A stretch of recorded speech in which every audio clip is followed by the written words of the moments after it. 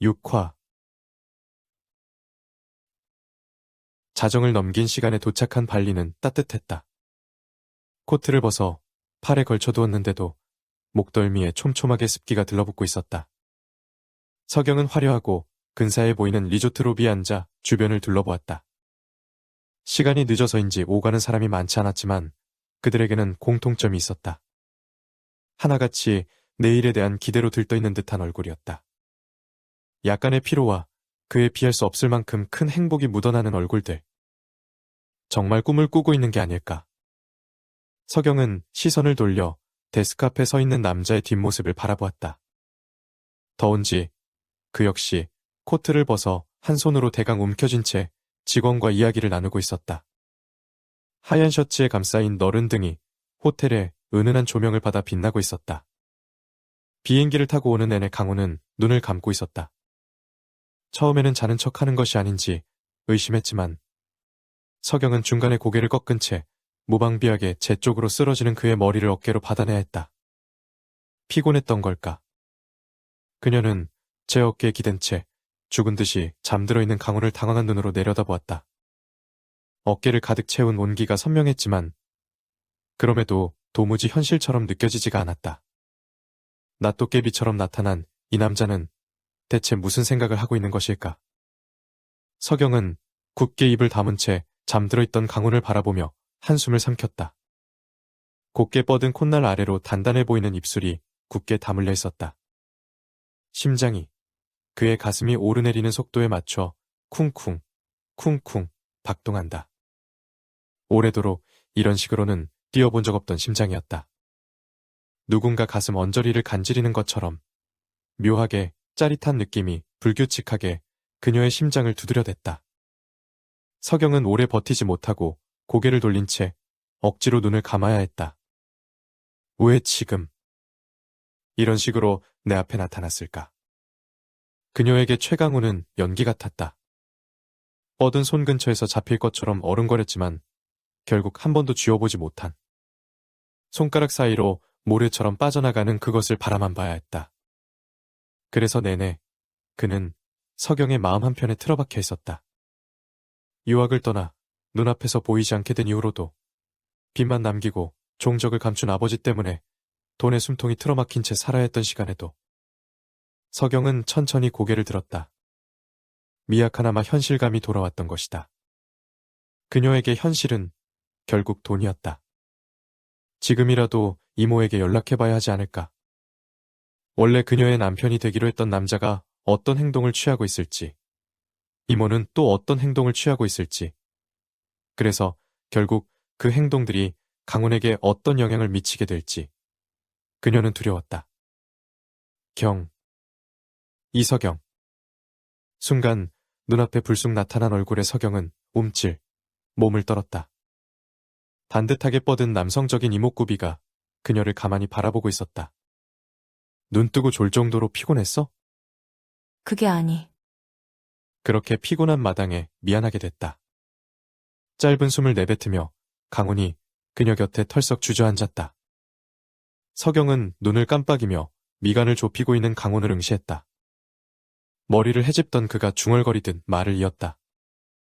중간에 착오가 있었는지 예약이 취소됐어. 호텔 예약이요? 서경은 재빨리 주변을 둘러보았다. 프론트에 서 있던 직원과 눈이 마주치자 그가 미안하다는 듯 웃어 보였다. 밖에는 이미 새카만 어둠이 내려앉았다. 어디선가 쿠르릉 하는 소리가 울리는 것 같았다.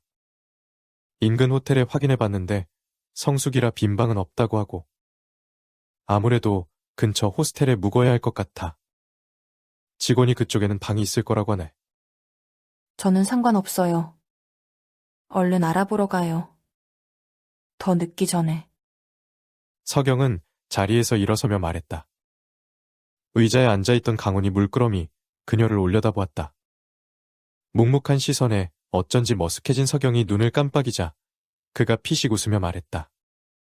편한 곳에서 편하게 쉬게 해주고 싶었는데 그러고 보면 한 번도 뜻대로 일이 풀려본 적이 없어. 네? 너랑 있을 땐 항상 그랬지. 날렵하게 뻗은 눈매 아래로 검은 눈동자가 눈을 마주쳐 온다. 할 말이 떠오르지 않아 서경은 입을 다물었다. 지금 다 내 탓이라는 건가? 갑자기 나타나서 사람 혼을 쏙 빼놓고 억울하게 이게 무슨 소리? 그래서 잊히지가 않았나 보다. 고개를 삐딱하게 기울인 강훈의 눈매가 느슨하게 풀어졌다. 그는 조용히 덧붙였다. 너랑 있었던 모든 순간이. 서경은 천천히 자리에서 일어서는 강훈을 바라보았다. 훌쩍 높아진 그의 키 높이를 따라 한껏 고개를 젖히자 강훈의 날카로운 턱선이 눈에 들어왔다. 그는 여전히 알 수 없는 감정을 검은 눈동자에 띄운 채 입술로 빙긋 웃고 있었다. 뜻대로 된 적이 한 번도 없었으니까 말이야. 낮게 속삭이며 팔을 뻗은 강훈이 서경의 어깨를 짚었다. 숨을 쉬는 것을 잊어버린 사람처럼 미동 없이 서 있던 서경이 그제야 작게 입을 벌리고 숨을 토해냈다. 강훈이 천천히 그녀를 향해 몸을 숙였다. 톡 쏘는 듯한 머스크 향기와 함께 그의 온기가 서경을 뒤덮었다. 그래서 말인데, 이서경. 네, 서경은 마른 침을 삼키며 눈을 들었다. 심장이 금방이라도 터져버릴 것 같은 긴장감이 그녀 주변을 맴돌고 있었다. 정확히는 발꿈치를 조금만 들면 맞닿을 것 같은 강훈의 입술이 그렇게 만들고 있었다. 듣기 좋은 목소리가 나른하게 흘러나왔다. 가진 돈 얼마나 있냐? 네? 입구가 열린 풍선에서 바람이 빠지는 소리 같은 것이 서경의 입새로 새어나왔다. 강훈은 그녀의 어깨를 쥐고 있던 손을 놓으며 주머니를 뒤적였다. 그가 꺼내어 눈앞에 펼쳐 보인 것은 마감이 매끈하게 된 고급스러운 가죽 지갑이었다. 안에는 달러 몇 장이 들어있었다. 엊그제 미국에서 급하게 넘어오느라 가진 거라고는 300불이 전부다. 호화로운 신혼여행은 아무래도 힘들 것 같은데. 넌 돈 좀 있나 해서. 천연덕스러운 얼굴로 손을 까닥거리고 있는 강훈을 멍하니 바라보던 서경이 허 하고 숨을 내쉬었다. 왜인지 얼굴에 화끈거리는 열기가 쏠리는 것 같았다. 그녀는 아랫입술을 깨물며 가방을 열어 지갑을 꺼냈다. 한국 돈 6만 원과 체크카드 한 장이 내용물의 전부였다. 여기요. 아껴 쓸게.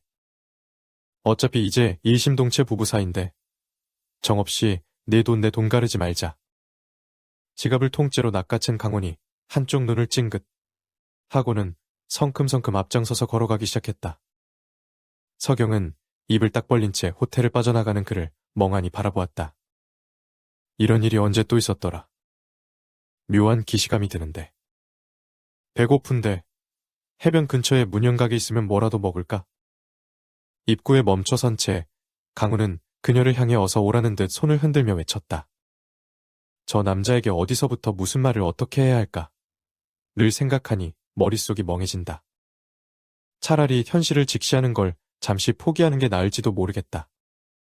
어차피 그와 함께 있는 시간은 제 인생의 유일한 일탈이 될 것이고 결국은 그녀의 현실로 돌아가야 할 테니까.